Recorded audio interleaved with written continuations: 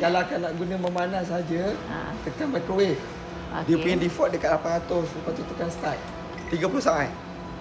Kalau katalah nak panaskan lama, tekanlah 2 kali, 3 kali. Berapa lama yang kita nak.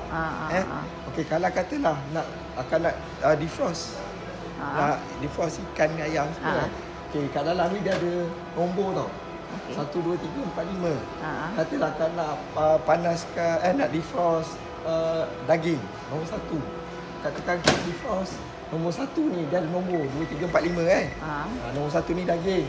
Lepas tu akak tekan, tak boleh tekan ni lagi tau. Lepas tu select clock, berapa lama akak nak buat masa. Lepas tu baru tekan start. Okay. My plate ni tak pakai pun.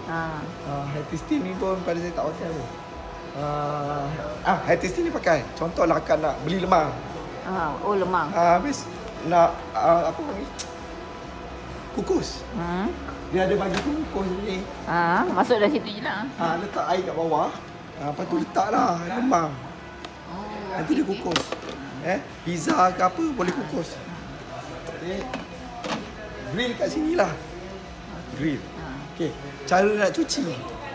Okay, kalau cara nak cuci, jangan lap je. Sebenarnya akak ambil hirisan lemon. Hirisan lemon. Dalam 2-3 slice kan. Letak kat dalam dengan air lah kan. Nanti panaskan dalam 4 minit kita pulang lah kan. Lepas tu dia berwap tu. Tunggu wap tu sejuk baru lap. Sebab setiap hari sambal lah macam-macam kan. Jadi pelbagai bau nanti jadi busuk. Dia mesti lemon ke atau lemon lain tak boleh macam? Lemon sebab lemon ada asid. Lemon ada asid. Pakai irisan lemon je. Okey. Baru dah sejuk baru lap lah. Okey. Lagi apa Okey. Kalau katalah akak nak memanas nak panaskan kena hati-hati macam contoh sambal. Sambal minyak jangan buat lama, buat 30 saat. Kalau benda lain yang macam berkuah sop ni, tak apa buat je 2 minit ke 3 minit tak apa. Sebab nanti katalah akak letak sambal ikan lah contoh, nanti ikan tu dia goreng balik kat dalam. Dia overcook sebab dia panaskan minyak Dia panaskan minyak, dia panaskan sekali.